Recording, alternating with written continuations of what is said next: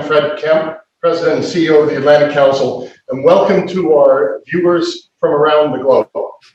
We are delighted today to have Hillary Rodham Clinton, former Secretary of State of the United States, for all of our global viewers.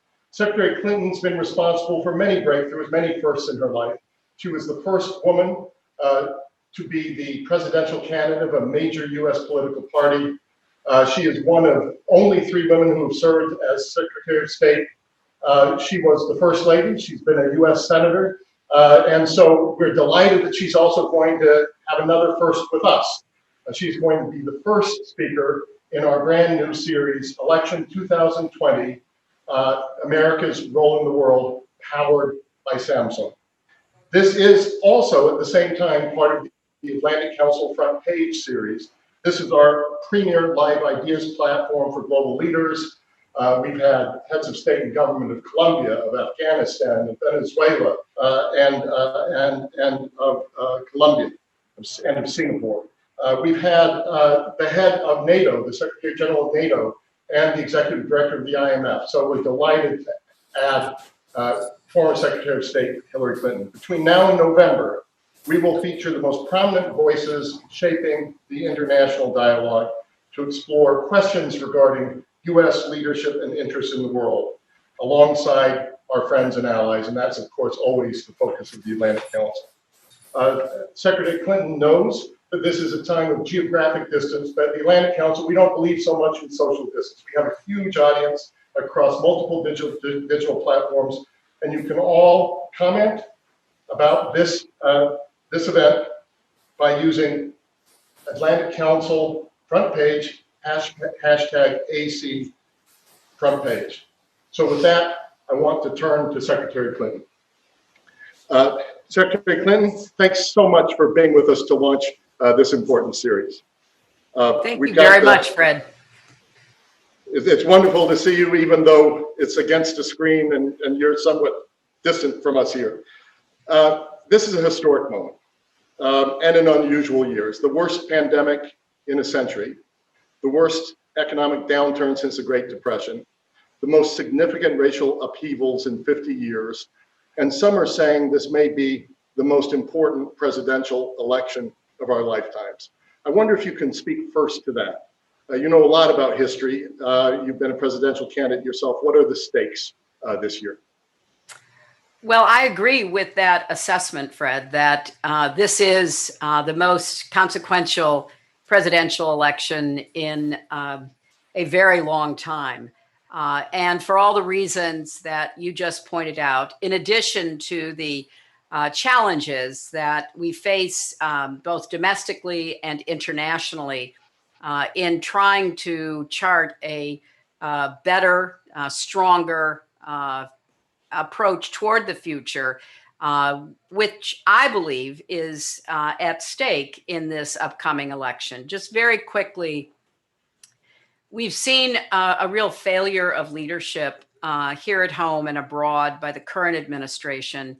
We've seen real disregard for institutions such as NATO, but also institutions here at home, an undermining of the rule of law at home and the rules-based global order abroad. We've seen a failure to respond effectively to the pandemic. And of course, there are many other challenges that have been either ignored or made worse in the last 3.5 years. So this is a moment of reckoning, not only for the United States, but as you rightly point out, the international community also has a lot at risk in the outcome of this next presidential election here. So, moment of reckoning. If you look at the challenges for the next president of the United States, they're going to be enormous. And always setting priorities is one of the hardest things to do in leadership. If you're looking at the challenges you've outlined and the problems we're facing internally, domestically, and in the world, where do you set the priorities? If you're setting priorities 1 through 3, 1 through 5, what are they? Well, it's interesting because I've had this conversation with the vice president's campaign now increasingly with those in the transition effort that is underway, because this is not an ordinary time. There will have to be a concerted effort to move on several fronts at once. It reminds me a little bit of when then President-elect Obama asked me to be Secretary of State. And he said, look, our economy is in a terrible Great Recession, which of course it was back in 2008 and 9. I have to deal with the economic crisis, but we also have problems around the world. We have neglected our leadership and our alliances in the prior 8 years. Well, I think you just have to quadruple that to understand what President-elect Biden might be facing. And so I think there has to be a full court press, as we say, both on the economy at home, dealing with the aftermath of the pandemic, because I don't think it will be over by the next inauguration, making sure that we have a strong response to people's losing jobs, as well as healthcare, because in our country, as you know, healthcare is often attached to employment, something that we are trying to change. And then abroad, we're going to have to quickly move to try to regain leadership and rebuild our alliances and make clear to our competitors and adversaries that, you know, the vacuum is no more, that the United States is going to resume a position of global leadership and bring people together around common threats, whether it be climate change or the global pandemic. So, as I said earlier, you were third woman after Madeleine Albright, Condoleezza Rice to be Secretary of State, the 67th Secretary of State. Foreign policy usually doesn't play as big of a role in presidential elections. And I wonder what role you think it will play this year, whether it will be any different because of the situation that we're in. Well, I think it should, and I hope it will.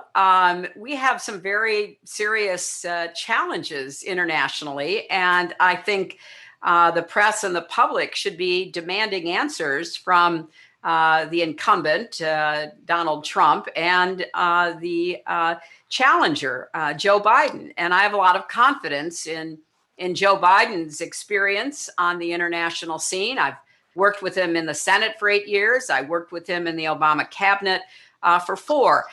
So just take a quick look at what we face. We face this global pandemic. We're going to eventually, I hope after only it's proven safe and effective, have a vaccine or more than one vaccine.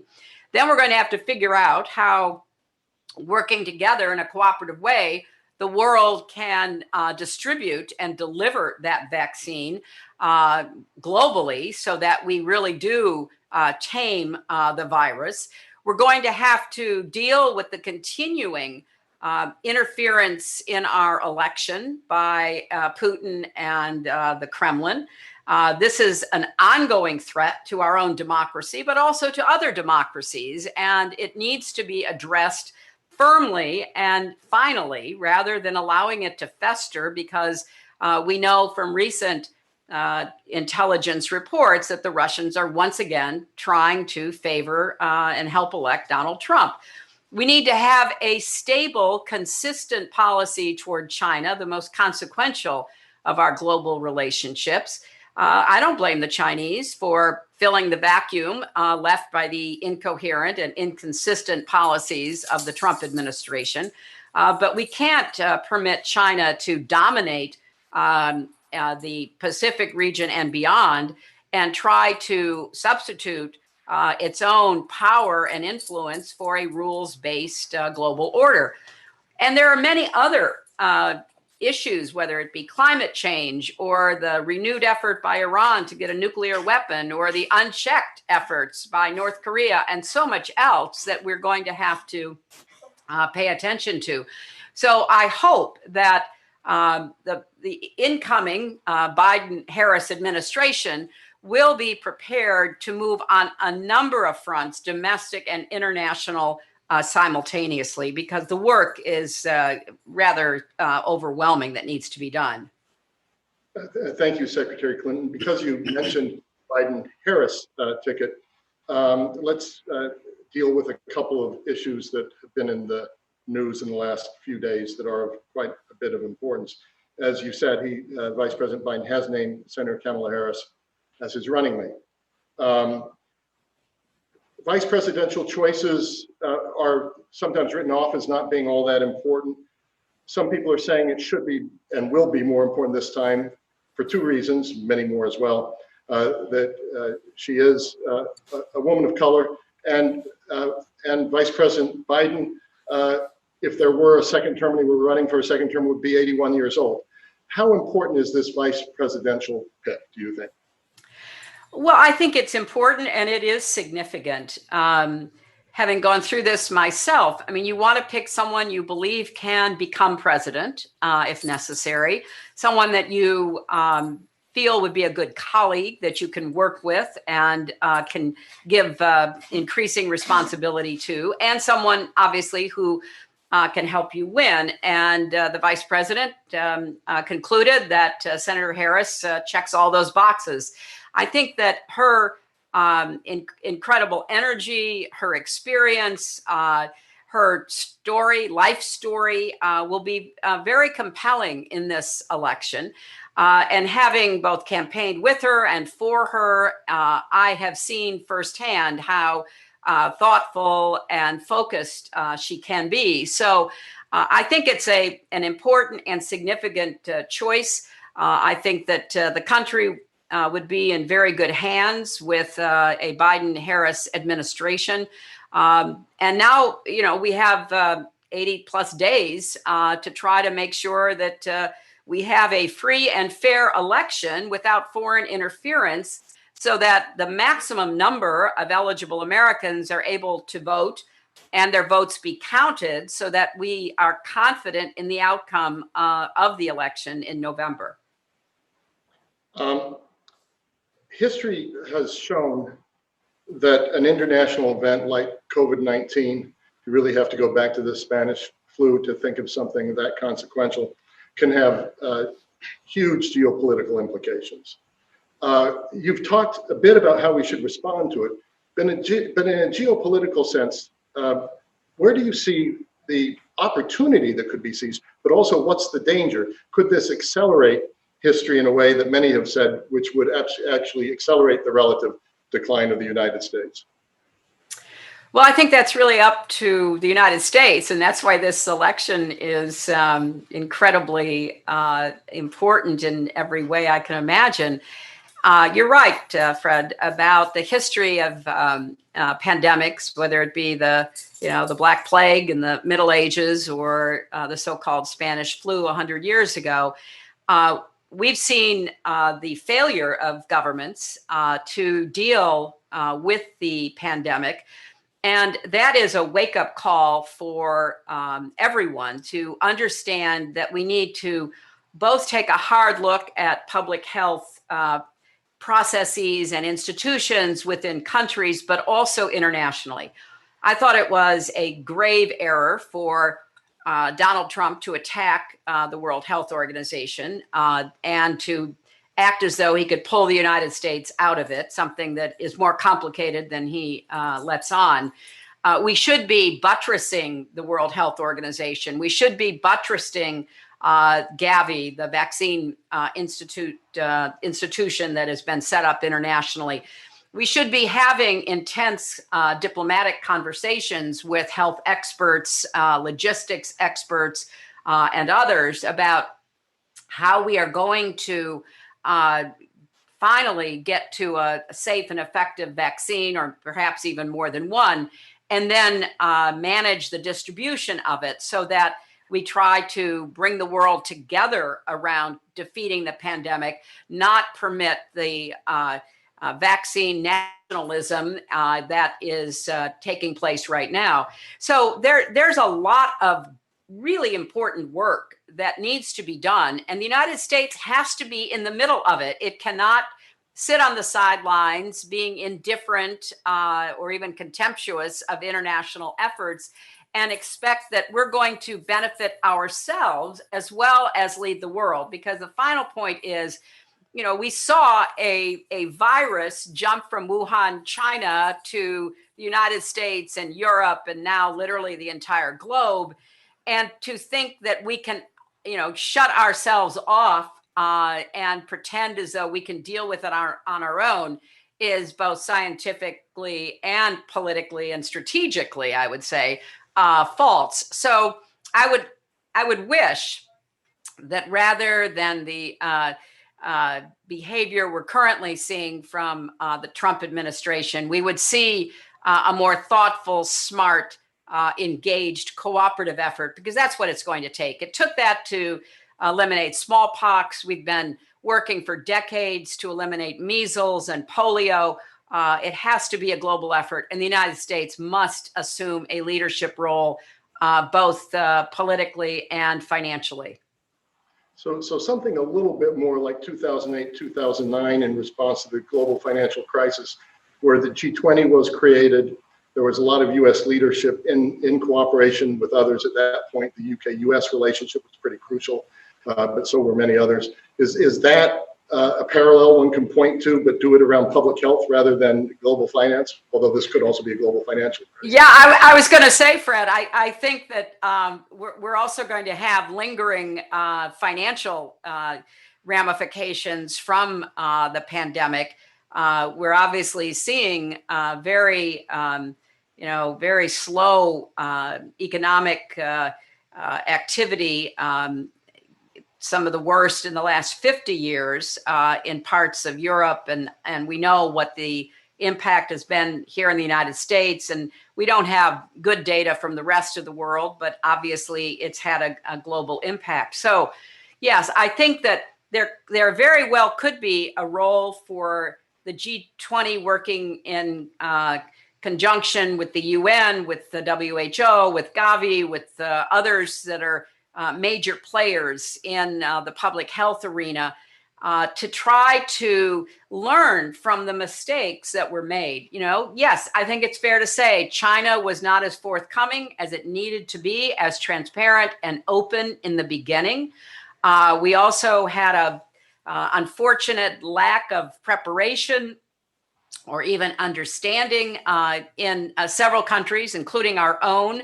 The guidebook, the blueprint for dealing with global pandemics that the Obama administration had left for the Trump administration was disregarded. So let us hope that individual nations will learn lessons, but let us also hope that collectively we can put together a more robust and quick international response and get every nation to buy into it, so that you don't have the role of any nation in the midst of a potential pandemic be to shut down and exclude investigation from international experts. We need to be more open and transparent, because I fear, Fred, that this is not the last of the viruses that the world will face. In fact, I think that there's a lot of very thoughtful analysis pointing toward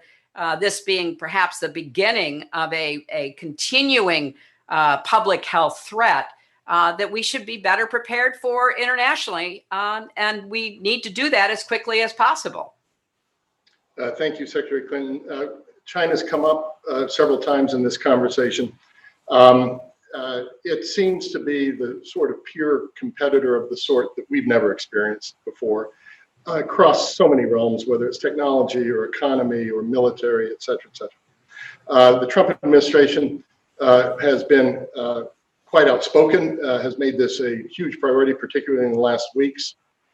They point to the past, saying that the U.S. has ignored China for too long, and now we need to stand up. For the next president of the United States, it seems like we have an attitude, but we don't have a strategy. What could that strategy contain? Yeah, well, I think that, we've gone through a number of phases with China ever since, the Nixon opening to China.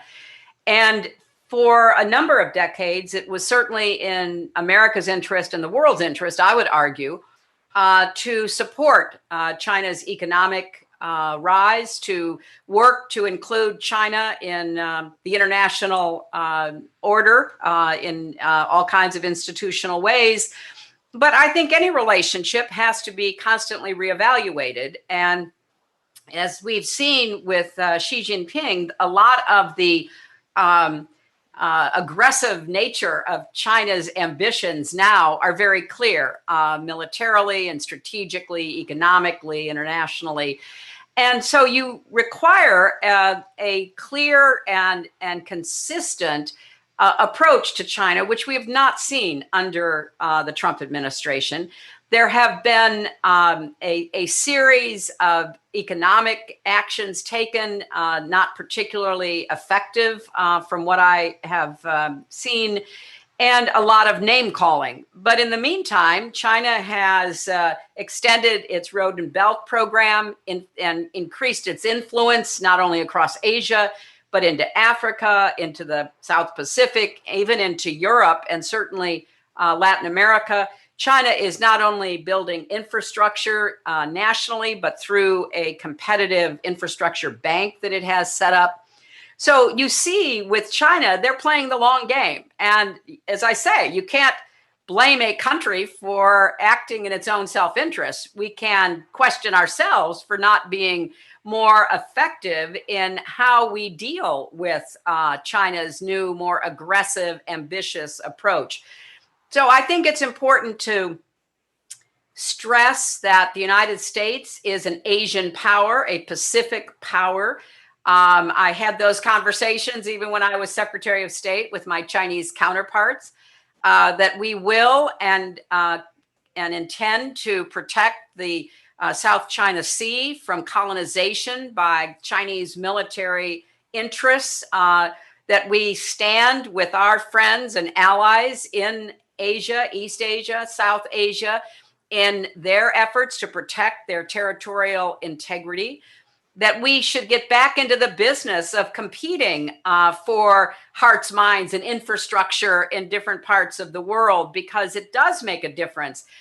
We did a tremendous job under President George W. Bush in fighting the AIDS epidemic in Africa, and spent many billions of dollars saving lives and providing treatment, while China was building soccer stadiums and parliament buildings. But we were competing, and we had a really strong case to make that we were standing up for, the human rights and the healthcare and the freedom of people in Africa. And basically, with Trump as president, we are absent. We are absent symbolically, and we are absent substantively. So I think there's a lot we can do to rebuild our presence. We also should not shy away from continuing to speak out about human rights in China, about the Uyghurs, about the crackdown in Hong Kong. I think there's a real audience within China and around the world for the United States regaining its voice when it comes to human rights. So there's a real opportunity here, Fred, that I think that a Biden-Harris administration would quickly seize to try to get our relationship with China back on a steadier, more predictable course and reassert America's standing and leadership in Asia and beyond. Secretary Clinton, where does Europe stand in this? Let me take you back to 2013. The Atlantic Council gave you its highest honor, the Distinguished Leadership Award. You were introduced by the Republican Henry Kissinger, just to underscore our bipartisan, nonpartisan credentials.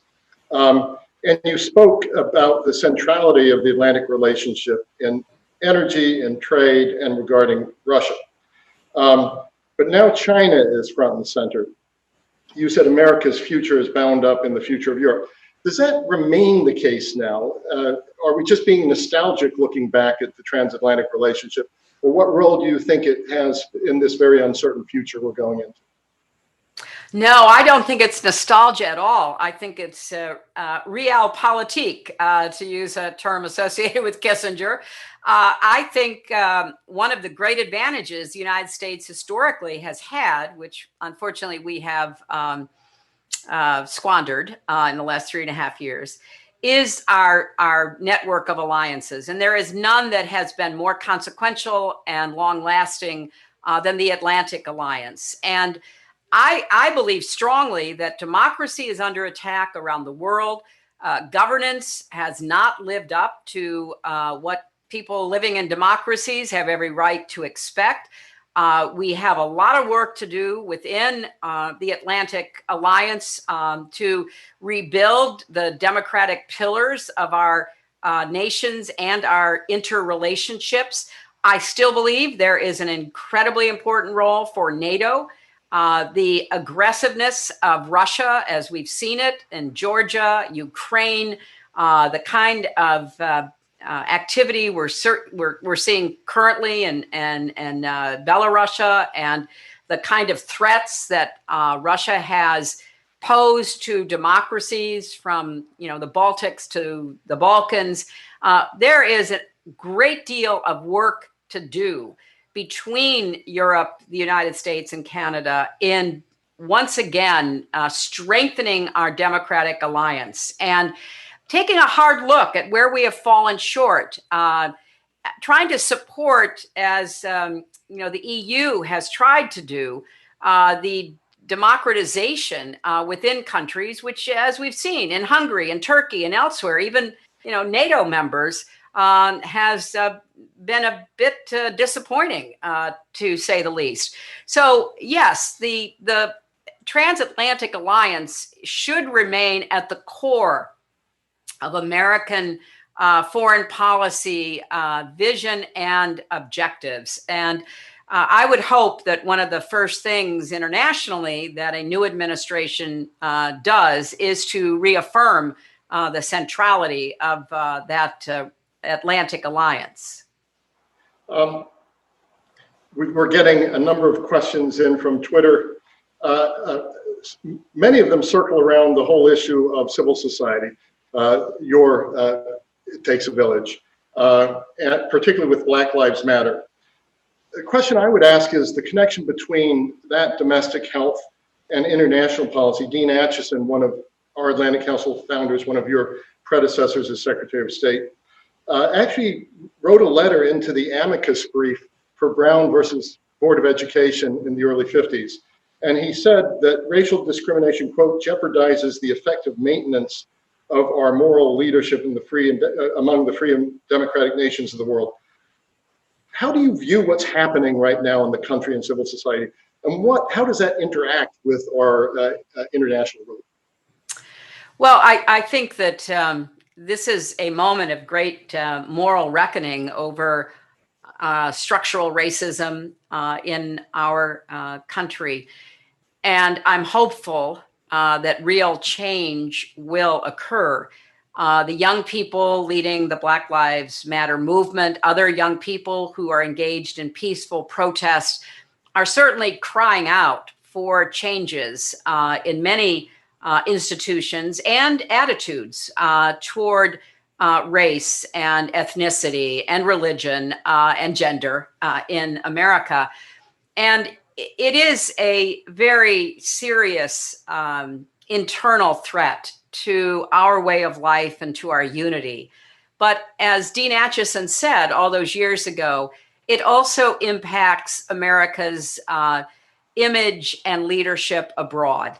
During the 2016 campaign, Fred, one of the Russian tactics that we learned about afterwards was to sow racial discord, to create phony events, to have a heavy online presence that really stoked racial animosity and fear. The Russians have been at that a very long time, as a recent excellent book by David Scheimer called Rigged lays out. The Russians under the Soviet Union and now the Russian Federation under Putin have always tried to highlight racial strife and inequities in the United States as a way of undermining our aspirations for democracy, our values about moving toward a more perfect union. They've taken any opportunity they could to try to paint a much darker picture of the United States. So I think both, and first, probably most importantly, we've got to do better internally ourselves. There have been some important legislative changes in some states and cities, and there's a good piece of legislation called the George Floyd Justice and Policing Act that actually passed on a bipartisan basis in the House of Representatives to try to deal first and foremost with injustice in policing and in the law enforcement community and in the criminal justice institutions. But we've got to go further than that. We have to be honest about the biases that often influence how we treat each other, view each other, whether or not we're willing to make room in more ways in society for more people to have a real shot at their own opportunity and better future for themselves. And so I hope that this moment is not lost. I hope that the kind of campaign Trump is now running, which is a very divisive one, is repudiated in our election, and that we can try to, heal the country by actually taking specific steps to remedy the lingering and deeply, profoundly sad injustices that we still live with. So not to let the moment get lost, heal the country for sure, but at the same time understand that there are foreign actors who will try to exploit our divisions. And so I think that's a really good way to look at it. Right. Another question that's been coming in is about questions coming in about the Middle East. Also in the news, the UAE and Israel are normalizing relations. Israel has agreed not to annex the West Bank in return for that. That would look like a victory for the Trump administration and perhaps for the Middle East. On the other hand, we still have a lot of other mess in the Middle East. You've dealt a lot with the Middle East in your lifetime. How do you view this apparent breakthrough? And in general, what role would the Middle East play in another presidency? Is it more withdrawal from the region because it's just not as important to us as it once was, or is it some other approach? Well, with the Middle East, I think we should be grateful to see any progress, no matter when or how it proceeds. And this potential breakthrough is promising. We have to see that it actually takes place and that Israel backs off of its intention to annex the West Bank. And I hope that the normalization of relations with an Arab Gulf power like the UAE will bring some stability to the situation in the Middle East. There are still so many problems that I do not see how the United States can walk away.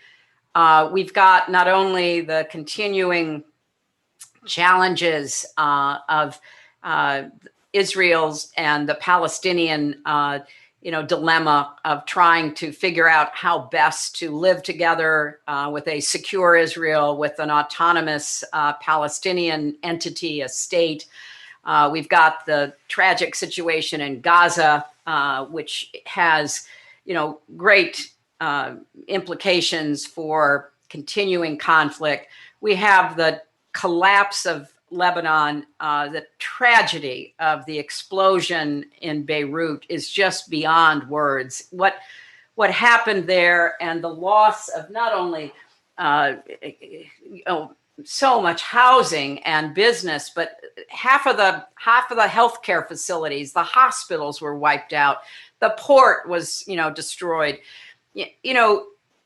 I feel such a sense of despair for the people of Lebanon who have been so poorly governed over the last years and have been, a pawn of Syria and its allies and the Saudis and its allies. And I hope that the world, as President Macron called out, will assist Lebanon, but Lebanon has to be governed better. And, the sectarian governance that put, interests of groups far, far ahead of the whole has had disastrous consequences. Look, we still have challenges in Egypt and Libya, in Iraq, Syria, obviously.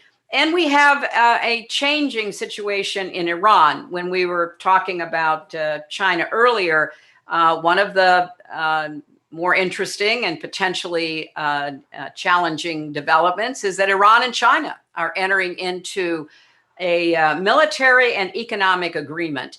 And I put that directly at the door of the Trump administration that pulled the United States out of the Iran agreement that I began the negotiations for as Secretary of State. And my successor, John Kerry, was able to bring to a very important conclusion to put a lid on the Iranian nuclear weapons program. And so by pulling out, if there were problems, as of course any agreement has, the Trump administration could have sought to negotiate changes that they wished for. But instead, they pulled out, giving a green light to Iran to pursue its nuclear weapons agenda. China is now cooperating with Iran. China was one of the countries I had to persuade to vote for international sanctions at the UN Security Council to set the table for the negotiations. And of course, we know that if Iran pursues nuclear weapons, the Gulf states will likewise. And I cannot imagine a more dangerous situation than a nuclear arms race in the Persian Gulf. So there is an enormous amount at stake in the Middle East, and no responsible administration could ever walk away from that. I'm so glad you drilled down a little deeper on Iran. And I think a lot of our viewers and Americans haven't paid as much attention to the Chinese-Iranian recent agreement, which really does seem to be a change, does seem to be different. Do you go right back to JCPOA if you're a newly elected President Biden?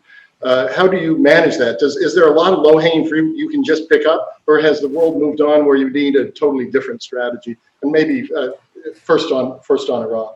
Well, that's a question to be answered, Fred, because I think it would be in the United States' interest to rejoin the Iran agreement, just as it would be to rejoin the climate agreement. We are now the only nation not in the Paris Climate Accord. But with respect to Iran, I think it's important for the United States to try to not only rejoin the agreement, but to try to put that lid back on the Iranian nuclear weapons program and keep it firmly on while trying to continue preventing a nuclear arms race with the Saudis or the Emiratis or the Egyptians or whoever else thinks that if Iran has a nuclear weapon program, they should have one too. And I think the best way to do that is to rejoin the agreement. Now, at this point, I don't know whether Iran would be receptive to that. I think they may have moved on. And remember, there was always a conflict between the political and clerical leadership in Iran and obviously the military leadership as to whether or not to put that lid on the nuclear weapons program under the agreement. So again, I don't think we would know unless we resumed intensive diplomacy. But I don't think it's in Iran's interests to have continuing sanctions against it, even with Chinese support. It's not economically enough if the rest of the world does renew pressure on Iran. So it would have to be explored. I can only tell you, it was very important to try to get the world behind sanctions, because remember, in the George W. Bush administration for 8 years, and I was there as a senator, we voted to sanction Iran on every way we could, but that was just the United States alone. And when President Obama went into office, when I became Secretary of State, we saw it as essential to try to bring the world together, not just unilateral sanctions by the United States, but the entire world. And it was difficult because, a lot of countries had very big energy deals with Iran, but we did it. We got everybody on the same page. We got the UN Security Council. So this is doable, even though, yes, time has moved on and different relationships have developed, but you can't tell how far you can go unless you take that first step. And I would certainly urge a new administration to tackle that as among its many important challenges right off the bat. So Secretary Clinton, last question, and I'll double barrel this one, which is a way of cheating the last question. And this is such a rich conversation. You know from our previous conversations that I love the question, what keeps you up at night? You've outlined a world that looks pretty volatile, looks pretty dangerous. I want to get a feeling in general, in your lifetime, is this a uniquely fraught, dangerous moment? And if so, what concerns you the most of it? The double barrel, in all things we're looking at, Iran, China, North Korea, Venezuela, what worries you the most? And I think the double barrel to this is you've cared so much about soft power in your life. You were the Secretary of State. What's the status of our soft power in the world, and what role does it play in this dangerous landscape? Well, you're right. That is a double-barreled question. I worry a lot about the spread of nuclear weapons, other dangerous weapons like, biological or chemical weapons, of course, but I remain singularly focused on the spread of nuclear weapons. I would like to see a renewal of negotiation with Russia, the New START treaty that, my dear friend and a great patron of the Atlantic Council, Ellen Tauscher, negotiated while she was at the State Department. It is set to expire. I would like to see it renewed. I would like to see there be ongoing dialogue with the Russians over their nuclear weapons program, which appears to have moved into tactical nukes and other kinds of experimental weaponry. I would like to see enormous pressure put on China to join arms control discussions. I think that the Obama administration, in our first term, we tried to set a plate for nuclear strategic summitry. We had several meetings bringing together the countries with known nuclear weapons programs and those that had an interest in trying to control the spread of nuclear weapons. I think that has to be renewed and deepened because, I fear not only the rogue nation like North Korea, but the accident, the takeover of a nuclear program in a country by extremists of whatever stripe they might be, or criminal elements who are in the marketplace on a regular basis trying to buy or sell nuclear material that could at least go into a dirty bomb. So that would be my number one concern. With biological and chemical weaponry also needing to be paid attention to. I think we also have to, as I said earlier, strengthen our international public health response to potential pandemics. We've got to take seriously the security implications of climate change. That was something I started focusing on when I served on the Armed Services Committee in the Senate.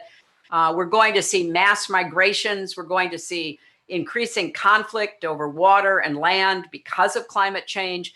We're ill prepared for that. The temperature in Baghdad has broken all records. I just can't really underscore strongly enough how climate change is a security challenge that has to be addressed. So those are the areas that I would pay immediate attention to.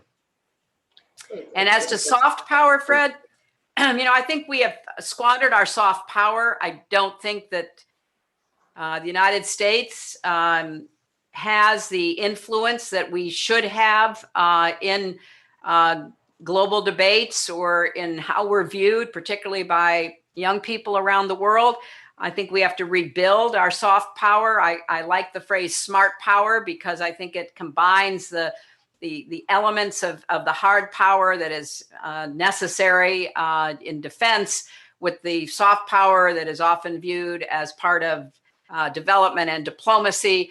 But we've got to smarten up our global presence and once again try to influence people and events through the power of our example, and as opposed to the example of our power. That is an old cliche, but it's really an important one to keep in mind.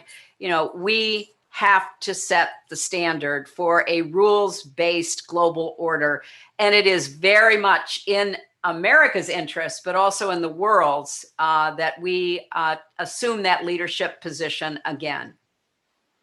What a terrific close to this opening event of election 2020, America's role in the world, that we have to be the power of our example rather than example of our power, and set the example for the rules-based order that, after all, we with our allies and friends created in the first place. So Secretary Clinton, thank you so much for this enormously rich conversation.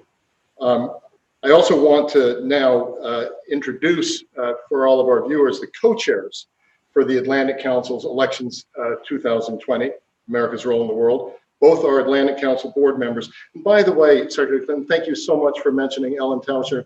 We miss her so much. She did the world so much good.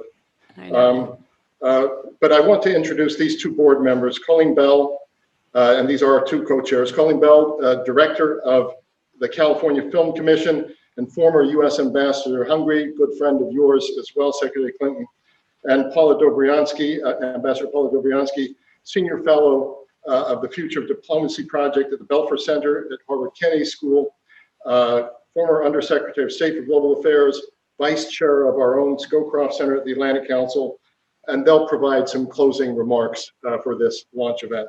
Colleen and Paula, over to you. Thank you, Fred, and thank you, Secretary Clinton, for joining us today. It was a fascinating and insightful conversation. Paula and I are delighted to officially introduce Election 2020, America's Role in the World, a new Atlantic Council series launching today. The Election 2020 series will create a space for the often overlooked topic of foreign policy to be brought front and center in the run-up to the US elections in November. Colleen, that's exactly right. We are kicking off with this month's big events, the Democratic and Republican National Conventions. Well, what's in store? Well, the Atlantic Council has curated an exciting series of bipartisan discussions covering both of the conventions on the most important foreign policy issues for the next administration.